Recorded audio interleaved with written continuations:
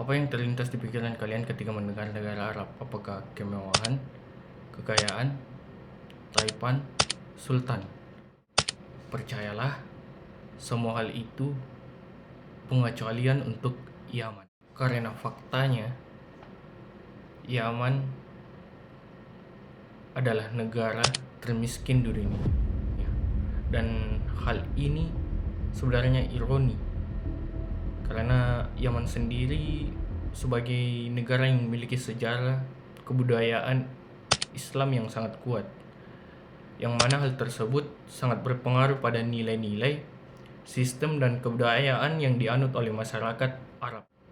Yaman dikenal sebagai negara waliullah karena di sana banyak pemukiman atau perkampungan yang diisi para keturunan Rasul. Lantas, mengapa hal ini bisa terjadi? Karena krisis kemanusiaan. Let's talk about what's going on in Yemen. The Arab world's poorest country. For 6 years, Yemen has been stuck in a bloody civil war between the Saudi-supported government forces and the Iran-backed Houthis. The war in Yemen has basically been a stalemate for the last 6 years. How old are you? 13 years old. You're 13 years old and you want to fight? Yemen is in the midst of the world's worst humanitarian crisis. Puluhan nyawa sudah banyak yang menghilang, bom dan rudal silih berganti di sana, dan perang saudara terus berlanjut. Dan keadaan ini semakin diperparah oleh setelah Arab Spring 2011. Dampak 10 tahun setelah revolusi yang ternyata makin menambah parah. Bisa kita bilang Arab Spring ini memiliki efek domino yang sangat luar biasa. Yang pertama terjadi di Tunisia, lalu berdampak ke Mesir, Libya, Syria, hingga Yaman. Apa yang terjadi di Yaman ini?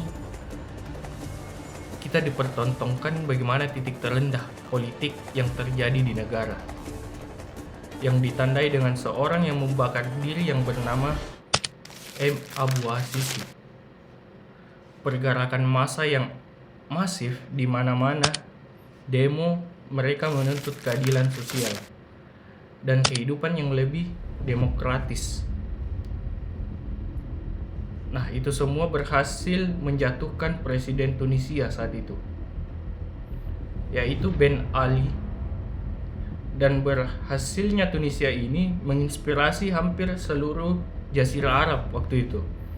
Di Mesir presidennya pun digulingkan, begitu juga Libya. Di Yaman hal ini juga terjadi.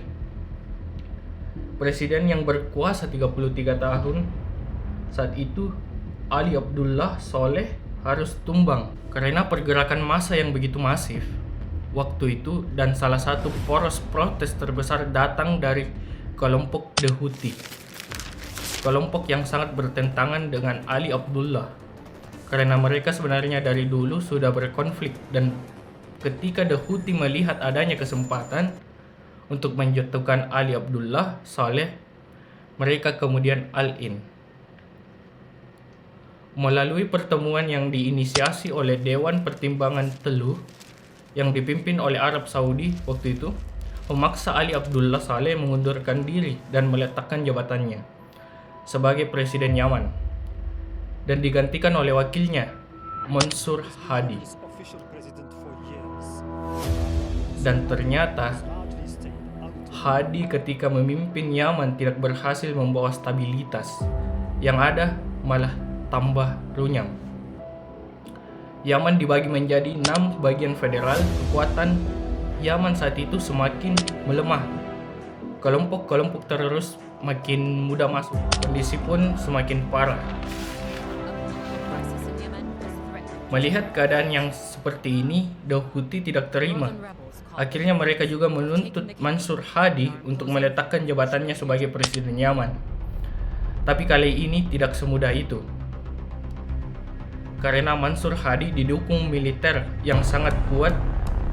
Akhirnya The Houthi kemudian terdesak karena kekurangan militer. Akhirnya mereka mencari sekutu, dan orang yang mempunyai kekuatan militer yang besar dan loyalitas yang luar biasa tak lain dan tak bukan itu Ali Abdullah,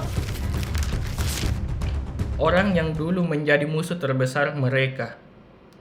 Dan terjalinlah koalisi antara The Houthi dan Abdullah Saleh Dan inilah yang memperjelas bahwa politik itu kotor. Dan semua ini ditonton oleh masyarakat Yaman saat itu. Dan kemudian warga sipil yang menjadi korban. Bentrokan yang dilakukan koalisi ini menjatuhkan banyak korban. Dan singkatnya, sana dikuasai oleh koalisi The Houthi dan Ali Abdullah Saleh. Dan Mansur Hadi kabur. Kemana lagi ya? Ke Arab Saudi. Yang 100% mendukung Mansur Hadi. Arab Saudi kemudian memberi bantuan kepada Mansur Hadi berupa suplai logistik dan militer kepada Mansur Hadi. Dan Mansur Hadi ini menjalankan pemerintahan dari Arab Saudi sampai sekarang. Dan ketika Arab Saudi masuk, pasti ada satu negara lagi yang ikut, yaitu Amerika Serikat, yang mana menyuplai kebutuhan Arab Saudi dalam konflik Yaman tersebut.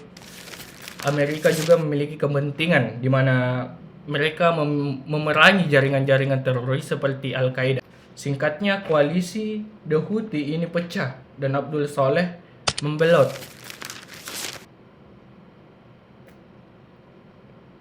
The Houthi tidak terima, akhirnya kemudian dia mengeksekusi Saleh di ibu kota sana.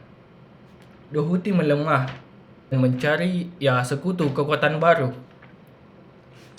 Nah, di sanalah Irak masuk. Apa yang sebenarnya terjadi di Yaman ini?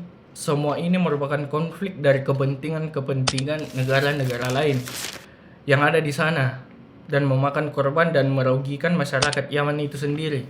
Yemen. And now the time has finally come.